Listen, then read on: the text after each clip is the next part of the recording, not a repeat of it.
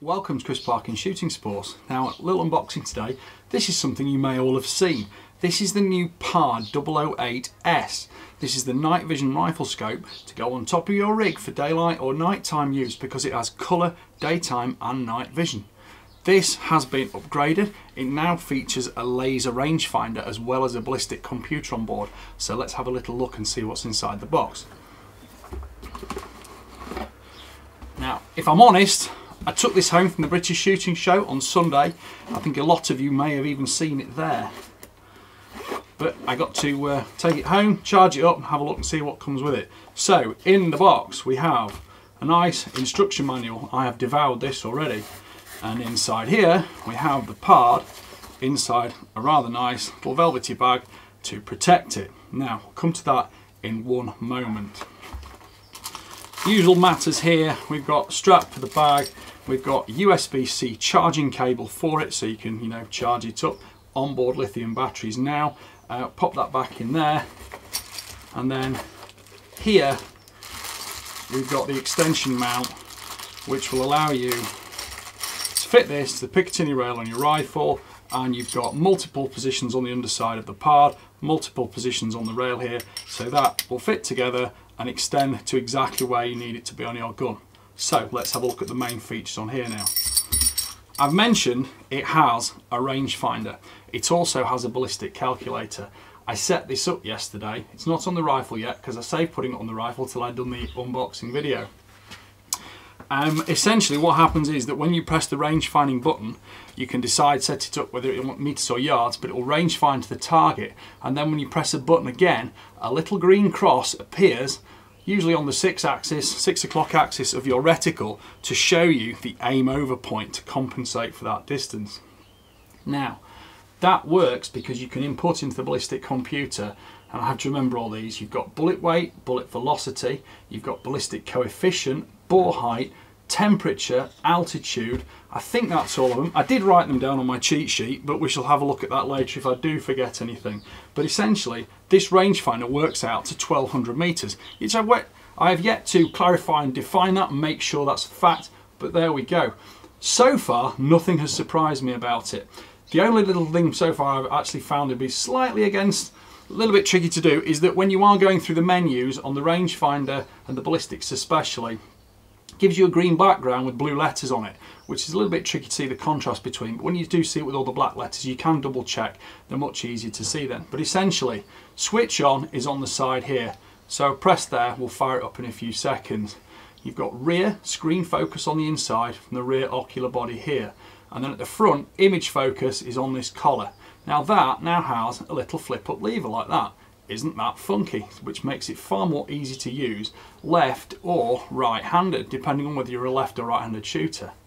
Now, for those who remember the previous PARD 008, the buttons were on the angle on the side here. Now they're all on top, so it's truly ambidextrous either way. There's a flip-out lens cap there, which gives you your objective lens, and you can flip that to whichever position you prefer, whichever is going to go on your rifle. And there's also a Picatinny support on the side here, so you can add an extra illuminator.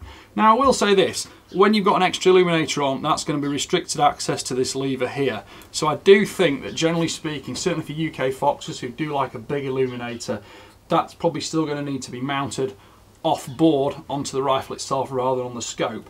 But that's the price you pay for things being ultra compact. Now, other funky updates which are especially useful.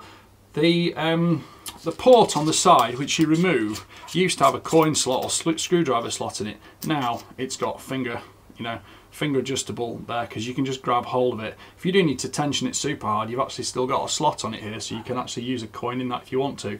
But essentially, you take that off, you go to USB charging port, USB-C now, and also space for the micro SD card, which you may or may not see. I've already put one in because I've already tried it out. Now, to record sound, you do need to take that off because it's very muted. It will pick up the gunshot itself with it on, but it won't pick up conversation or general ambient noise. So do take that off if you want the full sound recording, because of course you can take video and stills on this. Now so far, video output has shown me that it records distance, although it doesn't record the actual reticle appearing on the crosshair, which is, you know, it's not a problem when you're using it. It just means that in playback mode, you won't see the exact position the reticle is displayed at on the afterwards video. But you will see it, of course, at the time. There are about 6 or 7 reticle choices, 2 reticle colours. You've got red or white. And then, of course, this is the illuminator as well. So as well as the illuminator on the side here, you've now got the laser rangefinder on the body there. That works, I believe, from 30 to 1200 metres. And the 30 metres is probably due to the fact that there's a certain angular compensation. At extremely close range, it may well not point exactly at the position you're looking. You can plug it in to charge it, that's not a problem at all. But if you do want to swap batteries or carry spares, on the side here, you've got regular 18650 flat tops. Those work very reliably. They're easy to swap over, and that is that. So just going over to the cheat sheet now, let me just check some of the other functions here. Ballistic calculation we've covered. 1200 meter rangefinder we have covered. The sensitivity of the camera is now rated at 0.001 lux, which is 1 lux is 1 lumen per meter squared in terms of intensity of light. Other factors, so the sensitivity is up, and it's got self-activated recording, so you can actually set it to pick up when the actual gun handling begins, and that does work. I've already tried that just in manual handling mode. You've got clinometer for up or downhill. You've also got cant indicator, which tells you if you're holding your rifle a little bit wonky, and those can be reset to make sure they're absolutely attuned to your position with the gun. It's got a compass bearing inside it too. Now, call this a VLEA, a self-developed image engine module, which essentially goes on to say that they've decided on something they're going to call PARD 2K self-developed sensor with a 1920 by 1080 resolution. I've not tried it in the darkness yet, but I have tried it in daylight. The picture quality is great, and I can't wait till I have finished doing the unboxing video, because this is going on my rifle literally half an hour after I finish this video, and I'm going to go out and zero it. There are 5 ballistic and 0 settings, so you can tune it for any one of your 5 rifles. Airgun, centerfire, rimfire, whichever you like. And you can also set it up for different distances, because 0 distance is of course part of that, and part of your whole true ballistic setup. Anything else that we need to cover on here? We've got the digital scope, the mount, this Type-C data cable, a hexagonal wrench, basically means you've got a hex key, 18650 3.7 volt rechargeable batteries, we've got a manual, and we've got a warranty card, 3-year warranty on these. So I think that basically covers everything about the PARD. There are various technical facts and figures here. So the rangefinder is actually rated from 3.5 to 1200 meters, not 30. Apologies for that.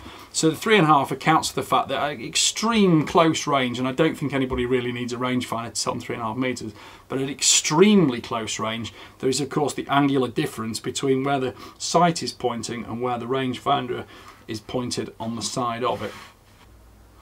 Magnification can be set to come on automatically, either 6.5 or 13 times. Zoom functions on the front here. You do get used to the controls. The menu's fairly simple. It's all intuitive. No problem at all setting that up. You can time and date stamp all your recordings, which makes follow-up, much easier when you're using them afterwards. Other factors are you can automatically set it up in black and white night mode or daylight colour mode, so that immediately when you switch on, it comes to the one you're most likely to need in a hurry. Long hold on the button swaps it in between the two. You can also set it to come on at the intensity level of infrared you want too. Again, I suspect the infrared on this will be limited to about 100 meters. It generally is on the PARDs. I'm going to be using a big illuminator as well for longer range foxing stuff.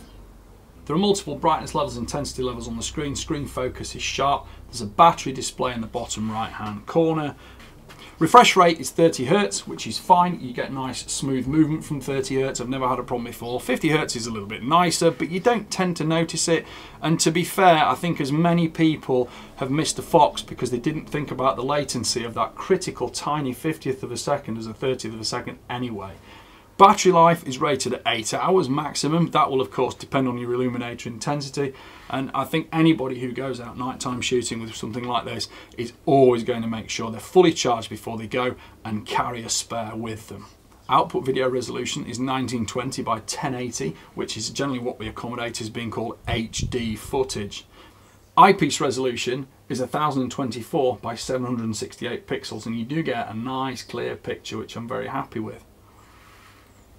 Pard are offering an app through their website which you can use to instigate the Wi-Fi system, and the Wi-Fi has got a simple code 1234567 as it's set up, which is something you can use if you need to use off-board footage or transfer between two items. I don't tend to use it myself. I use these as tools for actually going out foxing, rabbiting, rat control, etc. Now, I'm going to be doing another unboxing today because I have the ideal tool to put this off, but you'll see that one if you keep on the channel. So please like, please subscribe, and please comment, because your comments are what drive these videos. Thank you for watching. Bye for now.